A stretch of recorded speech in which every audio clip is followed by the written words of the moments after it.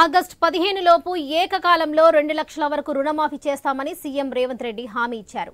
వరి ధాన్యానికి క్వింటాకు 500 రూపాయల బోనస్ కు వచ్చే సీజన్ నుంచి ఇస్తామని తెలిపారు.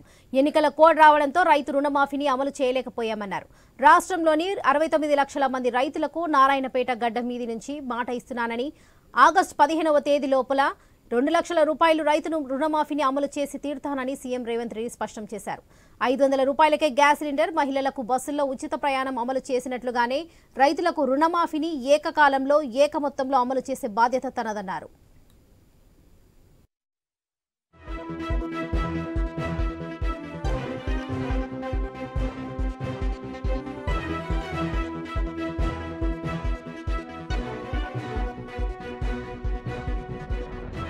గురూజీ రామ్ నారాయణ్ జీ ప్రపంచ ప్రఖ్యాత జ్యోతిష్యులు ఇప్పుడు మన హైదరాబాద్ లో ఎటువంటి సమస్యలకైనా తక్షణ పరిష్కారం చేయబడును. సంప్రదించండి 96651137 9000004357.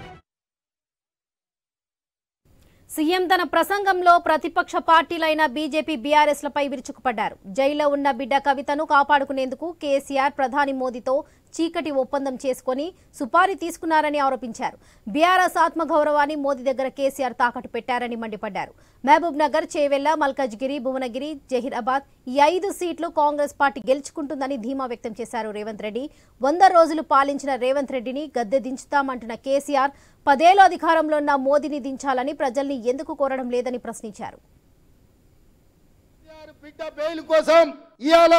కాంగ్రెస్ ను ఓడించడం కోసం నరేంద్ర మోడీతో చీకటి ఒప్పందంలో భాగంగా మహబూబ్ నగర్, చేవెళ్ల, మల్కాజ్గిరి, భువనగిరి, జహీరాబాద్ 5 పార్లమెంట్లలో చంద్రశేఖర్ రావు నరేంద్ర మోడీని గెలిపించడానికి సుపారీ తీసుకొని బీఆర్ఎస్ కార్యకర్తలు ఇవాళ బొందబెట్టి వాళ్ళ ఆత్మ గౌరవాన్ని మోడీ కాళ్ళ దగ్గర తాకట్టు.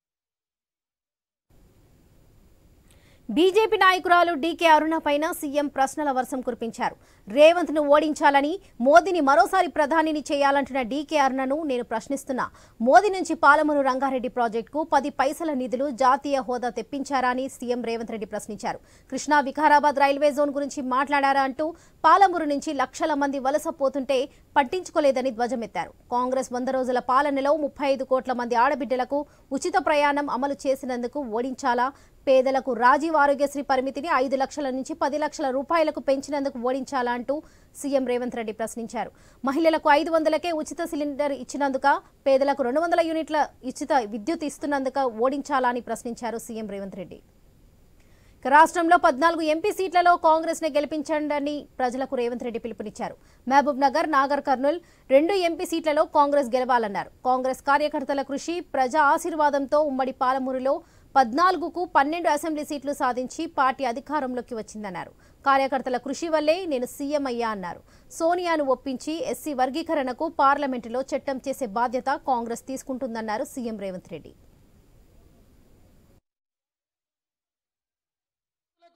లేకపోతే జాగీర్దారులకు, జమీందారులకు టికెట్లు ఇయ్యలే. షాద్నగర్ లో నేను టికెట్ ఇచ్చిన ఈర్లపల్లి శంకర్ ఒక రజక కుటుంబం నుంచి, సామాన్య కుటుంబం నుంచి, ఒక రజక కుటుంబంలో ఉన్నవాడు పైకి రావాలంటే ఎంత కష్టమో మీరు ఆలోచన చేయండి.